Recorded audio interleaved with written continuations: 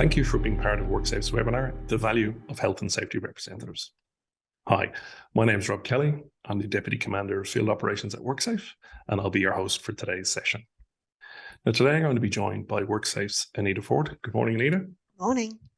Who's our Manager of Industry and Representation Support, which is a newly formed team in field operations that focuses on representation in all its forms, including the importance of health and safety representatives, or HSRs as we call them.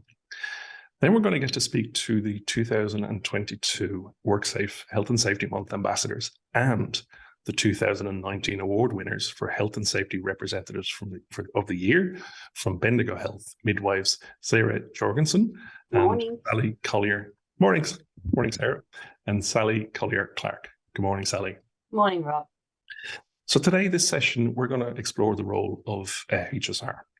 And Sally and Sara are going to share their experiences and the difference that they have made to their workplace and their colleagues' health, safety, and well-being as committed HSRs.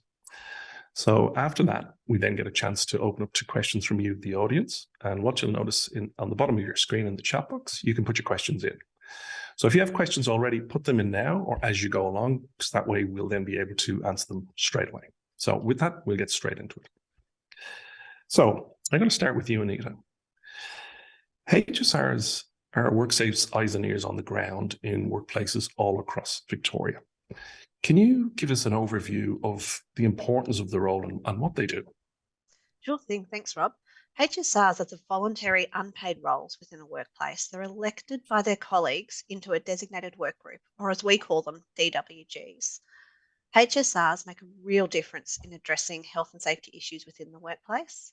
They are able to provide employees with a way to have their views heard to employers, but they also represent their colleagues. So it's the many voices and it's the conduit piece that gets through to the employer.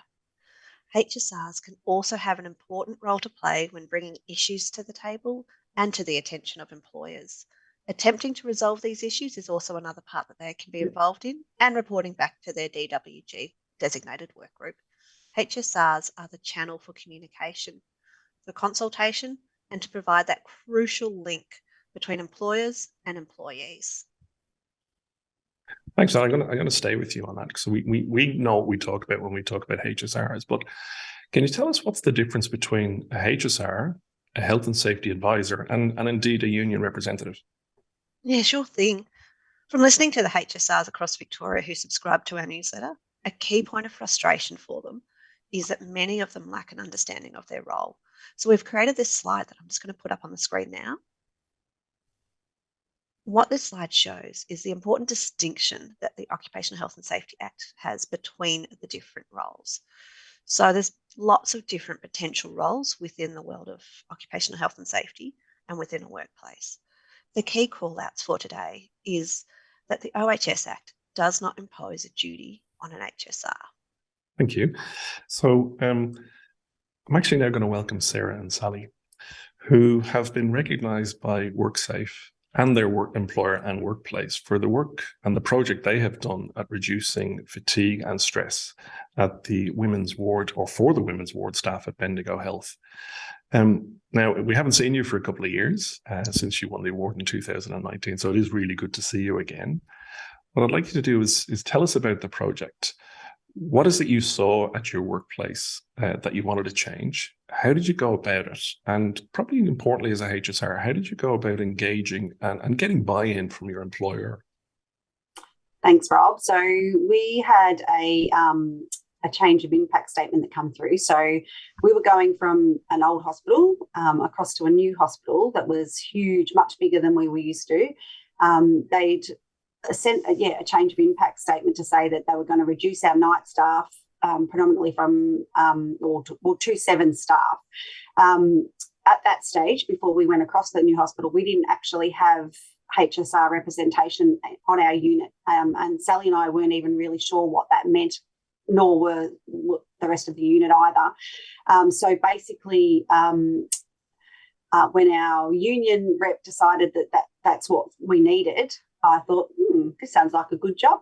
brought my little mater here across and pulled her in on the job, and we embarked on our training. So prior to our 5-day training, as I said, we knew nothing about what HSRs meant or their job entailed. Not long after our training, then we embarked on the fight of our life. So with our this change of impact statement, they decided, yes, that we were going to 7 staff on night. So our unit where we are in the bigger hospital is separated by 3 locked doors, and 7 staff on a night shift meant a huge area we were covering. So they were thinking that one in-charge person was going to manage that whole area. So if you can imagine, as an example, what that was like with 3 staff in a birthing suite.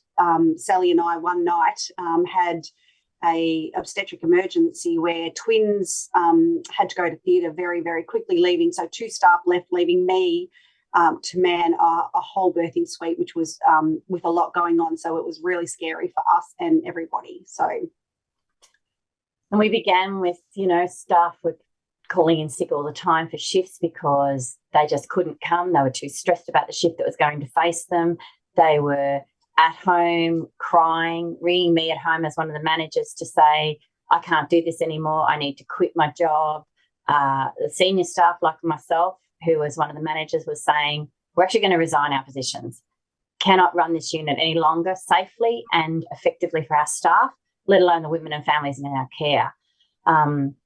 We decided that we would then start to put in our VIMSs, and so that is our reporting system as to when we're concerned about things.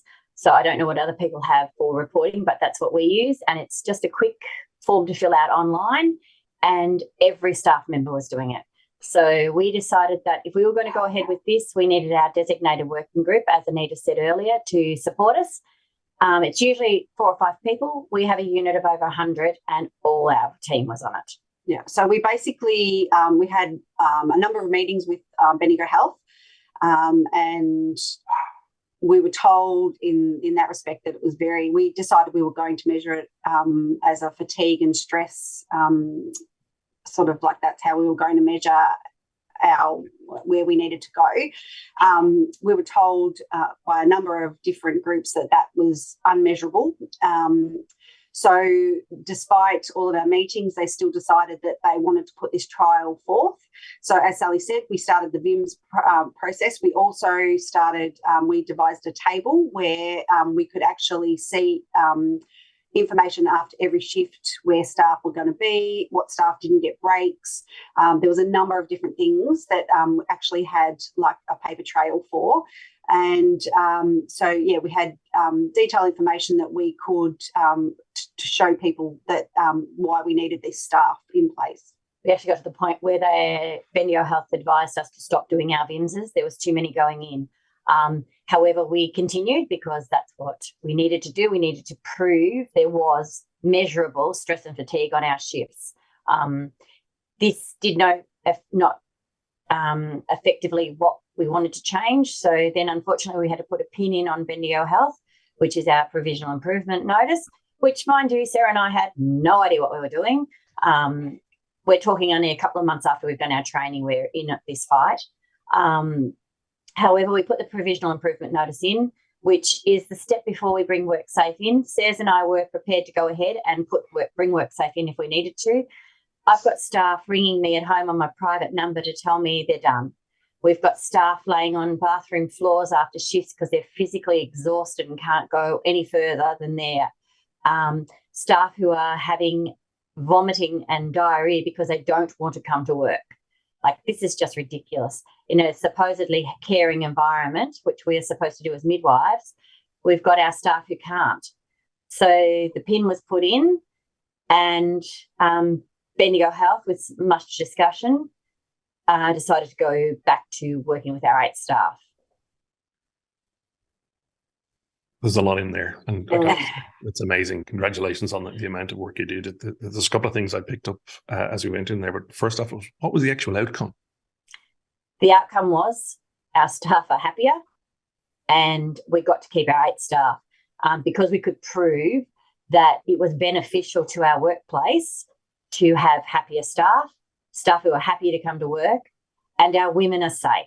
Probably more than anything else, our women are safe as well, and our families and our babies, because that's what we do our job for. We are passionate about midwifery, and we're passionate about our babies and our women. And if we can't provide good care because our staff are too stressed and fatigued, then we've lost. Well done. And as I said, there was a lot in there. One of the things I heard is you're relatively new as HSRs, and your area actually didn't have a HSR for a number of years. You weren't sure about the role or the consequences. Can you share us what you went through as you went through that process, but also the consequence aspect and the difference it made for you and your colleagues? What did you learn? So it was super scary for us. One, because we had no idea what we were doing, and two, because we almost felt like it could have impacted on us to have a bit of a target, really. And this is why we voiced to our DWG very intently that this is a fight we were prepared to do, but we needed their backing. And without their backing, we wouldn't have been able to do what we did because, like I said, we felt like we may have been targeted. And as Sally already said, we love our jobs. We're passionate midwives. This wasn't going to just fix everything for our team, but ourselves. We want to be at work. We want to be happy, and we want to be safe going home to our families of a night time, which is very important. So, I guess it was a very huge learning curve for everybody. We felt we had the support from our DWG, but also Bendigo Health as well. We called on our OH&S team at Bendigo Health, but also our ANMF, like our union as well. We called on them as well. So without being able to outsource, we would have been, useless. So thankfully we had those areas. And that's probably the most important point Rob says is making is you're never alone. If you've got your DWG, we're halfway there, but to also have the other people there to support us and encourage us and to just give us the information we need. Because you get your 5 days of training, but wow, that's it. Go forth and conquer. I suppose the next question is, or comment I'd love to get from is, with all that experience now behind you, what would your key takeout messages be to, let's say, an aspiring HSR or even existing HSR who's trying to still find their way, or quite importantly, an employer who works with HSRs? So on the night of our awards back in 2019, forever ago, Saz and I were dumbfounded that we could even have won that night. Like, it was just crazy. And so our biggest take-home message is you can make change. With the right backing and with the right information, being prepared to go ahead and do what you have to do, you can make differences. Yeah. And Saz and I were just so new at this, we had no idea what we were doing, but we could still make a change. You have to have the support of people behind you. We were advised that we needed one HSR and one deputy, and we agreed neither one of us were sheriffs, so we were both going to be HSR. So our advice to anyone about to take on this job is find someone you can rely on, someone you can support and be a partner to, and go ahead and conquer, because you can do it. That's the biggest thing that we've learned is it is important to do it, but it's important to go ahead and do it with someone else and not just your DWG, because you need someone else to sound off things. Work with your employer. They're there to make the best of everything too. Bendigo Health wanted us to be safe and wants us to come to work. They do want us to be happy. So they were willing to listen as well. So it's to keep those lines of communication open at all times. Don't put up barriers that are going to stop you going ahead. Yeah, communication is the key, as well as documentation. So record. If you can't show what you're trying to do, then you've got nothing or nobody to help stand there and help you get through what you need to do. So, so as I said, we had paper trail. We recorded everything that we needed to. We had a process to go through, and that was amazing, helped us. So definitely, if you think that something is too big to get through, it's not. Break it down smaller. You've got people to call on. You've got, you can do it. You can win. You can, you might think that you're the little dog in the fight, but we proved, I think, that you can get somewhere, you can get what you need. So thank you. And I have to say that's quite a powerful and inspirational story from two people who, from their day job, has gone on to do what you've done and the impact you can have in your workplace. And the sense I get there is that, the best way to get an effective use of HSRs is really respect them and value them as they go forward. So thank you very, very much for sharing that. Anita, I'm actually going to come to you now. We've heard the story there, but it's also about from WorkSafe's point of view, what do you see the challenges, or what do we see as the challenges for this important role as HSRs? Yeah, Rob, Sarah and Sally have captured it brilliantly. Like, it is a true story of what's actually happening and what we're hearing from other HSRs as well. So we're really themed around that role clarity piece, concerns that managers don't understand the role of HSRs, but also other employees and colleagues don't understand that role. We also talk about the knowledge of rights and powers. So HSRs who are duly elected under the OHS Act have rights and powers under the OHS Act in regards to making sure that their workplace is safe. And some HSRs say themselves that they're not quite sure what their ability is. And other HSRs and other people will also comment that there's the employer's knowledge of the role. So those are the type of things that we're really talking about that are some of the challenges. A key concern that my team hear about, and that's within the inspectorate part of my team, is that a lot of employers aren't aware of their obligations, including allowing HSRs sufficient time to undertake their role as a HSR, to access training. There is amazing training out there available for HSRs, but also to get access to information about OHS issues in a timely manner. So those are the key sort of challenges we hear, and very much it was captured brilliantly by both Sarah and Sally there. And you're right, it was. And I'm just wondering, adding to that, what's the upside of being a HSR? Well, we've just heard, realistically, HSRs make such a difference within the workplace. When it comes to health and safety issues, they are amazing and crucial in that negotiation, that talking, that consultation piece. And workplaces that have got health and safety representatives like HSRs are and do have higher levels of proactive, preventative measures observed. So that means that there is a huge change and a huge bonus for any employer to have them there. But also, when employees have input into the decisions that they're making and that are made about health and safety matters, workplaces have a much better safety culture and health and safety outcomes because you're engaged, you're brought into the conversation, and you have a say. Yeah, I understand when you talk about having a say and being engaged and decisions being made, that there is an actual legal obligation on employers to consult with employees and HSRs. Can you tell us a little bit more about that? Yeah, that's correct. I'm a bit of a legislation nerd, so I must say I'll pull you back down to Section 35 of the Occupational Health and Safety Act, which is very much for a duty of employers to consult. But we also have the regulations, which is Section 21 of the regulations that provide how it is for an employer who doesn't know how to consult with a HSR. It's really clearly stepped out there. I want to be positive and I want to be able to share about that knowledge, but I really do need to be aware out there that WorkSafe are the regulator as well. And if you are guilty of an offence under Section 35, there are sanctions involved. So while employers have a duty to provide a safe workplace, HSRs play an important role to keep workplaces safe as well. Right. So what are the key takeaways for the audience that you have? This year's topic is exactly what we're talking about. We're talking about connect, learn, and share. You could not get a better topic for HSRs and for consultation. Connect with your HSR in your workplace today. When you finish watching our webinar, connect with them. Who are they? What do they enjoy? What is their biggest issues? What are they hearing? Learn about your obligations. Learn about what is actually going on in your workplace, as well as your rights as a HSR, and share. Share that information, share that talk before it becomes a big concern. Talk about it at an early stage, but also share the webinar. Share it around so people are aware. If you're going out for dinner and someone's saying that they've got issues at work, ask them, do you have a HSR? Those are the type of things that we really want to promote today. ISCA has done some research in 2020 and they've identified the key enablers of HSRs to make them most effective in their roles. So any employer that is listening today, really talking to you about increased visibility for your HSRs. So moving past that Section 71 list, making sure that a HSR is known in your workplace.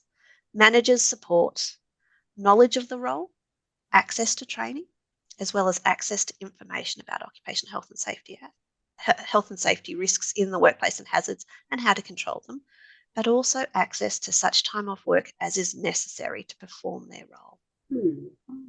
I think it's interesting what I heard there earlier on from Sally and Sarah is the support they gave each other, the support they got from their designated work group, and ultimately the support they got from the employer. And you've gone on to explain, understanding the obligations. What can WorkSafe do to support both HSRs themselves, but also as employers understanding that? Yeah, so for those who haven't heard or haven't seen our website recently, we've updated some of our guidance. So I've got a slide just at the front pages of them, so it makes it a lot easier for people to identify what they are. So what we're talking about is our education material. So the updated employee representation guide is your step-by-step guide. It goes from the start of part 7 of our Act through. Now, my team also do a monthly HSR newsletter that is easy for anyone to sign up to if you're a HSR or you want to know information about HSRs. And you just go to our website homepage and scroll to the very bottom of that homepage and you'll get access to it. We also have a QR code link for HSRs. It's the support channel. It's all the information that a HSR would need in that one-stop shop. And believe it or not, we actually have dedicated health and safety support officers. So they're actual individualised support options for HSRs. So you can call us or email us and say, I'm a HSR, I'm not quite sure what I should do in this situation. How do I do it? And that's exactly what our HSR support officers are there for, to support the individuals through it. We have what's also called industry liaison officers that can support our employers to know what they need to know within the representation, issue resolution and consultation field as well. And of course, our inspectors, they're the ones that are seen very often within the workplaces. And without any doubt, they are there to answer questions as well. They're educators as well as regulators. Good. Thank you. Well, we're actually at question time. So we're going to get straight into it because we are actually getting a few through. And the first one up, I do have to say, is from, and it took me a second to figure this out, it's from consultation. Oh, very good, Con. good. Should managers or supervisors be nominated as HSRs? I'm going to throw that one to you, Anita. Yeah, definitely. So our recommendation at WorkSafe is that managers aren't and supervisors aren't nominated as HSRs. But you can actually see from Sara and Sally that it does work, and there's nothing in our legislation that says you can't. It's just really important that as a HSR, you represent those within your designated work group, your DWGs. So if you feel that you're able to do that and you're a manager or a supervisor, go for it. There's nothing in our legislation that says you can't. The next question I'm going to throw to Sara and Sally. So this one says, as HSRs, what tips do you have for developing meaningful, engaged, two-way communication between HSRs and managers? So from our perspective, always talk. For us, we had to begin the process. We started with our own level of managers, so our next boss up, and worked our way up. Keep the lines of communication open at all times. And as Anita just said, managers are not always necessarily appointed as HSRs, but for us to have myself as a manager, as a HSR, gave us that level above the registered midwives. So we were actually covering all bases. And Anita, this next one is for yourself. And this is obviously for the employer. Do I have a legal obligation to get a HSR in my business? No, there's no legal obligation to have a HSR within your business unless, and that's the caveat, someone asks. So if people ask to be represented, you have 14 days to start that negotiation process. It doesn't mean you need to have it completed within 14 days, but you need to start within 14 days to get that representation of those DWGs set and then elect the HSRs.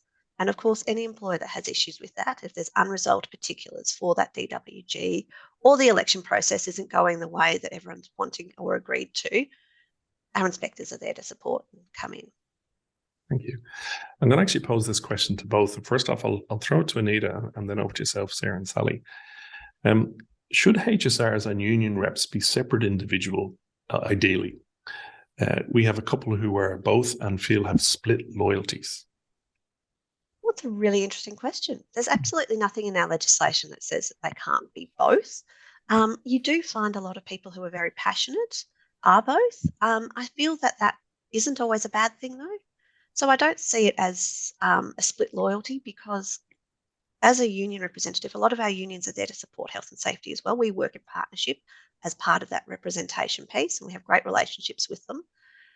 The union representative also would have some other duties and some other supports in the IR field. But again, it's about making sure that you're aware of what it is that you are there for and whether the issue is a health and safety issue or whether the issue is an employment-related issue. Thank you. And Sally, Sarah, do you have any thoughts on that? Well, Sally and I are actually job reps as well as HSRs. So we found that it sort of keeps your finger on the pulse, really. You can be aware of everything that's going on at a ground level, which sort of helps, I think. But I don't know, what do you think, Sally? Also because for us, and it's one of WorkSafe's ads, I still remember it, we all want to go home at the end of the day safely. So whether that be a union side of it, whether it be a HSR side, aren't they both the same? Like, aren't we all just trying to get home to our families? Because that's where we really want to be at the end of the day. Thank you. Next one is, I'm an employer and have been asked to elect a HSR. How would you advise me to do this? Any good resources I should use? I'm going to start off with you, Anita. Yep. Definitely use the guidance material, the Employee Representation Guide. That will tell you step by step how to set up your DWG and then how to elect. Now, it's really important for you to know that as an employer, you do not do the election. Your DWG and your employees do that part. You are there to support and facilitate it. So maybe by providing access to a ballot box or maybe, access to the email system, whatever it is that they choose how to do their voting and their nomination processes. But that is your role. You need to step back from that election, and the employees will tell you who it is who is a successful applicant. I think there's an important point here that I'd like to tease out. It says, I'm an employer and have been asked to elect a HSR. Now, my understanding from, and I might throw this to Sally and Sarah, is it's not to the employer to actually determine that they're going to elect a HSR. It has to come from the designated work group. So Sally and Sarah, given you've been through this experience, do you want to talk through that? So our boss was actually the one who suggested we needed a HSR on the unit because there was changes coming and she knew that. However, she could only put it out there for us. And that's when Dob asked Sarah, just dobbed me into it and said it was time for us to do it. And we were nominated from that process. Yeah. So we had, the idea initially came from our union rep. So that's what got the discussion going in the beginning. Like, as I said, we weren't aware of the need, I suppose, or the job. So yeah, when that all became a little bit clearer, and we could see what we were about to face, we thought this was going to be super important. So that's where we sort of gathered that DWG, and our names were put there, and our names weren't put there. Sarah helped do that, but also the employer who was being asked to put forward, surely that means that someone's interested in being that HSR or interested in finding out more details. So go back to that person and suggest maybe it's time to start moving forward. Support. Thank you. Next we have, can the employer elect HSRs if no employees come forward to be nominated? No, they can't. Why is that? I think we've answered it, but I wouldn't mind reinforcing this one. Yeah, definitely. So the reason an employer can't pick is because the person represents the employees, not the employer. So the employees get to choose who it is that they want to represent them. But also it's part of our legislation. So it's a requirement that it is a duly elected HSR to have those powers. So a lot of the time our inspectors will hear the stories that someone got tapped on the shoulder and told that they're the HSR. And that is very much that very first slide that I showed. It is a voluntary role and it is not recruited for, and it can't be in someone's position description that they are the health and safety representative. That's the point where they need to become the health and safety advisor if it's in a position description. As you mentioned. Also, Anita, I don't think there would be the passion for the position if you're tapped on the shoulder. Exactly. It's just one more job you get otherwise, and it needs to be something you want to do, not necessarily something you're told to do. Very much so. Yeah. Well, I still have you, Sally and Sarah. This question's from Megan, and it says, what do HSR wish managers and supervisors knew in relation to OHS Act and duties? We have to remind our employers, I suppose, like before when Anita was saying that you should be entitled to that time, not only for the training, but for the refreshing, all that sort of stuff. So you are entitled to training, and so as long as your employer agrees that you give them plenty of notice, that you can attend those days. So we have to remind our employees sometimes about that, because we have different, obviously, study days for our role as midwives, as well as mandatory stuff, and definitely OH&S and job rep stuff. So we've got a lot that we fit in. So I guess the biggest thing is employees understand that you've got that time and are able to perform those duties. I guess, yeah, I think, and that we are able to call meetings.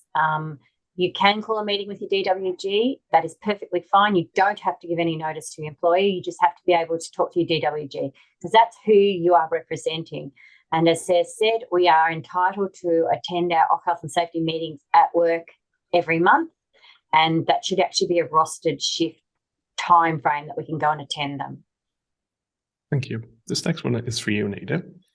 Should work health safety managers or advisors also undertake the HSR training?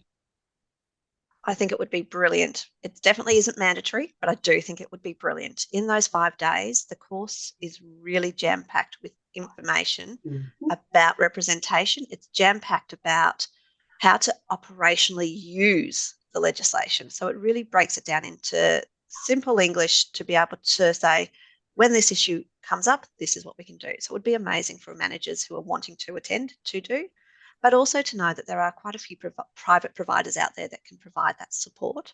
And if you're a business of less than 60 employees, WorkSafe, we can provide some consultancy support through our small and to medium business essentials about what is your representation requirements. So it's something that you can be able to contact our advisory service and go through. Can you just say that again? What support is there? Yep. So it's for employers who have less than 60 employees. And what it is 3 hours of free consultancies. Now, that consultancy is confidential, so WorkSafe don't actually find out the information. And it's a really good place to start if you're talking about representation, not knowing how to set things up, where to go, what is consultation, that conversation. They're a really great resource that we can offer for the small to medium businesses, because we know that smaller and medium businesses don't always have the dedicated OHS person. They have the payroll person who does a bit of HR, who does a bit of work cover, who does a bit of OHS, who does a bit of finance, who does a bit of everything. So to be able to have that 3 hours is something that definitely we're committed to support. Thank you. I'm going to stay with you, Anita. There's questions about obligations towards a HSR and powers of a HSR. I said, what can I do as a HSR if my boss doesn't allow me to access OH&S type information? She tells me the information is confidential and I'm not allowed to access it. All right, so there's 2 types of information when it comes to OHS information. There is that personal confidential information about someone's medical conditions or someone's medical illnesses or injuries. But what isn't confidential is what can be shared. So there's a hazard within the workplace or someone has been injured. You don't need to find out who that individual is, but you do and you should be able to access what has occurred and how it is you can prevent that from happening again. So we call it about controlling the hazard. Something that we also talk about is the access piece. Get a copy of our employee representation guide. It's inside there. You can show that to your employer and have that conversation. So connect, learn and share about educating your employer on that. If things aren't going well, you can call in WorkSafe and we can do either an education type session or we can come in as the inspectorate and have that conversation about your requirements and your rights and powers as an OHS, as a HSR representative. Yeah. Thank you. And again, I'm going to stay with you because you mentioned early on about smaller organizations may not be set up the same. Yep. And this one goes, any recommendations for very small organizations? As a very small org, there's often the perception that safety issues are not as common as larger workplaces. I would dispute that, unbelievably dispute that.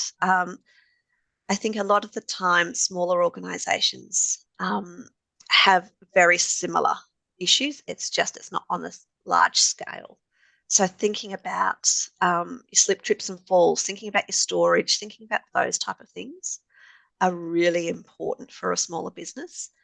I think a lot of the time as a smaller business, lots of people just don't know where to start. So it really is that hard piece of, I know I have these obligations. I kind of know what they are. Where do I start? How do I tackle this perception of it's a huge beast? And it really isn't. We've got some great small business guidance on our website, but you've also got lots of different industry partners that we work with and support that you can tap into and use. So WorkSafe work in partnership with lots of different organisations to get that information across. And sometimes it is as much as putting your hand up and saying, I know I need to know something, but I don't know what it is. And we're here to help and support that. And our industry liaison officers can link you in with industry representation within the area, but they can also say, this is our guidance. I suggest you start looking at this page.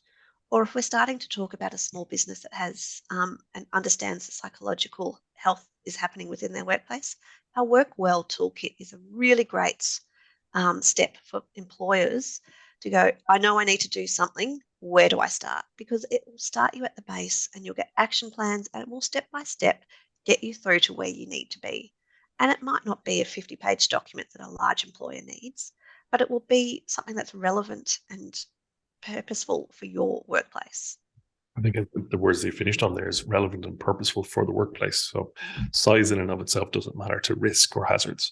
No. It's about what's relative to your place. Thank you Definitely. for that. And this goes in some ways, Sally and Sarah, I'll deal with this. I'll ask you this one. What is the best way to get buy-in from site? And I'm going to add to that, and your employer. We're trying to establish a health and safety committee, but can't get any nominations for HSRs. Sally and Sarah, what's your experience there? What would you advise? Look, it really is for the designated working group to have a chat. And even though you haven't got your group set up, maybe just have a group chat. You need to actually sit down with the other employees and actually find out who's got a voice in amongst them. There's got to be somebody who can take that role on. But as we said earlier, take someone along for the ride. Maybe I was dobbed in, but I did go along for the ride, and it's just someone else to bounce things off. There's got to be someone else in that job that's able to help. And I guess you need to look at your issues too. So if you've got somebody that is, in most workplaces, you will get, people that are not happy about something. And there is usually somebody that is willing to put their hand up and bring that forward any which way that it needs to be. So I guess, like Sally said, your DWG, you need to start working out if there is somebody that is a bit more out there that is willing to talk, that, maybe that if you could get that out there that they need to be representation. And Anita, I'm going to come back to you here because they asked the question about they're trying to set up a health and safety committee and they couldn't get nominations for HSRs. Let's say a workplace can't get nominations for HSRs, but they can still have a health and safety committee. How can that work? Definitely. So in that situation, if you don't have a HSR, your health and safety committee can be employee representatives. So they're not duly elected under the Act, but they do represent employees. So just like our issue resolution procedures from our regulations, if you don't have a HSR, an employee representative is also available and able to be used in that situation. I think it's really important that if you don't have a HSR, to have that conversation about why. What is it? What's changed? Do people not know about the role of a HSR? Do people not know what's involved? Are people scared? Very much as Sara and Sally said, it wasn't until they knew more about the role that they were interested and able to put their hand up. So that education piece is really good, but also buddy up, pair up. And you don't need to take everything on by yourself. You can have a HSR, a deputy HSR. You can negotiate a DWG to have 2 HSRs like what Sara and Sally have done. So you need to make it work for your workplace. Thank you. And this is kind of connected to it. Can a HSR be paid by the employer to encourage staff to take up the role? No, they can't. So it's not very, a lot of people kind of put the HSR similar to a first aid officer. And the first aid officer in some workplaces will get an allowance. The HSR, you do not get an allowance. But what you do is you get time off your normal work to do the work. So it should not be a situation where you are taking longer or doing more hours. You should be paid and remunerated for your normal hours. And part of those normal hours is as much time as is necessary to do your role as a HSR. So whilst you do not get financial benefit, you also are not losing out at all. Thank you. And Sally, Sarah, I'm going to throw back to you. Based on your experience, it's quite a good question, actually. Should HSRs be part of workplace OH&S plans? Yes. Yeah, I think definitely. Yep. Especially if you're trying to make your workplace safe and happy. I think that the biggest thing is we all want to be happy in our workplace because we want to stay there. So if we're safe and our health and safety teams are being met and our requirements, then yeah, of course. We often have staff come to us about like a number of different things. So they'll just run like things past us. So, it may not be appropriate for, going down that HSR line or whatever, but it's just good that they've got somebody to come to for advice. So, so it's good just to toss some ideas around. Oh, how do you think we could go about this or whatever? So, it might not be anything that is related to what we need to look at as a HSR perspective, but they've got somebody they feel that they can talk to as well. So, thank you. And Anita, I'm going to draw you in here because it talks about HSR and being involved in plans. And we spoke a bit earlier about obligations, and one of the biggest parts of the obligation for an employer to employees and HSRs is consultation. Can you tease a little bit out about OHS plans and HSRs and even employees and consultation? Definitely. So there are requirements around consultation and where an employer needs to consult. There's some specific things that you need to consult on. And one of them is very much about how it is that you're going to be represented. So that's the key part of that consultation starting up piece, but also having that conversation about how people want to be consulted. So it might not suit everyone to sit in a meeting all day, every day, and it might take up a lot of time. Consultation can happen in many different forms, and there is no requirement for it to be documented. But as Sara and Sally said, best practice is keeping that documentation, keeping that evidence, keeping that record to both employers and employees and HSRs know and are on the same page about what's being consulted, the scope of any changes that are occurring, and how that will work for them. Thank you. And I'm going to stay with you. This question's from Justin. How frequently is training needed after the 5-day course? So it really depends. So our legislation says that at least one refresher each year, but for us, that's legislation, that's the minimum standard. And it's really that negotiation and that consultation with your employer. If you have specific training that is industry-based, it might be beneficial to send your HSR who can come with the HSR and the health and safety background to an industry-based training. But again, that's for a negotiation within each and individual workplaces. What we state in our legislation is you get access to your 5 days training and then at least one other session. Now, we also do have other conferences throughout the year that we might, as WorkSafe, deem as suitable training within. So one of those is our Trades Hall, Victorian Trades Hall Council's session that's coming up on Thursday that people haven't already signed up for. Might be a really good one to look at. Thank you. I think we have time for a couple more questions.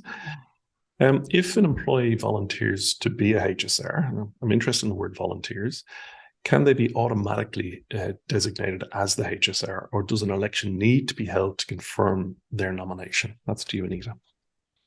We let common sense prevail. If you have a DWG that has got one HSR and one person puts their hand up, obviously you don't need an election because that one person will become. In the situation where two people put their hand up for one position, that's when you need to run the election. So common sense is if you've got one person putting their hand up and one person who wants to be the role, you don't need to run the election. Thank you. This question's from Mick, and it's our company has a health and safety committee and has recently appointed a health and safety coordinator. Are members of the OH&S committee considered HSR representatives? I'll actually get your view, Sally and Sarah, from your point of view. I would say yes is the answer to that. Anyone who's willing to put health and safety ahead of anything else should be HSR rep. Yeah, absolutely. And teasing back then to yourself, Anita, that going through that process is important to make sure you're elected, appropriately elected as well. Yep, appropriately elected and duly elected. And the Health and Safety Committee doesn't just need to have HSRs on it. They can have employer representatives on there as well. And we do have stuff in our legislation that sets out what is a HSR and who and how the committee is started. Thank you. This question's from Paul Waring, and he says, can you please repeat, or provide a link on how we can find out more details about the sport? Well, Mick, I'll cover off that when I close out today, because we do talk about that one. One more that I think we have time for now is my co-nominated a manager as the health and safety officer, our HSRs are not heard by the health safety officer or the leadership. The HSRs are afraid of being targeted. What can we do? Anita. All right. Connect, learn, and share. Have that connection piece. Have that conversation about what is your HSR's powers and roles. And it might be a great time to get them into a training course, into what their roles are, how they can actually move through it. And as I was saying earlier, that role clarity piece is a real piece that needs to be focused on, but also that training, making sure that people are aware that as a HSR, they can do things and that they are actually protected by the OHS Act in regards to raising anything and discrimination for raising anything. So we have Section 76 of our OHS Act, which is about the prevention of discrimination for raising OHS issues. Yeah, find out who your support services are, who you can go to, find out definitely who will support you in your role, definitely. And always go back to WorkSafe. If you're concerned, go back. HSR should never have targets on their backs. Well, I unfortunately, we've run out of time, and I got to say, this has been a great session. And I take it HSRs are a terrific resource for an organisation, and if you respect and value them, they can be a benefit to the business. So, what I'd like to say is to thank you, Anita, to thank you, Sarah, and thank you, Sally, for being with us today. Thanks, Rob. Thanks, Rob. So we hope you found this session interesting and informative. This webinar, as it is, will be available online on WorkSafe's website next month. Now, as Peter was asking a little bit earlier on, what you'll see on screen shortly is all the information in relation to the contacts that we mentioned in the session. But also go in and have a look. If you're an aspiring HSR, an existing HSR, or an employer who has HSRs, please go in, have a look at the material that's available to you to understand the benefits and the values of having a HSR. If you have any requests for further information, as always, just ring our advisory service. And importantly, if you feel you have a matter that is urgent, don't hesitate to call our advisory line, and remember that our emergency line is available 24/7. Now, WorkSafe would also like to get your feedback, both on this session or any other sessions you'll watch, or all of Health and Safety Month. So if you have any feedback, you'll shortly get a link to a survey. If you take the time to do that, you'll go into the draw for one of 5 $100 vouchers as a way of saying thank you from us. So please, I encourage you to let us know what you think we can do better or what you found valuable. With that, thank you for joining us today.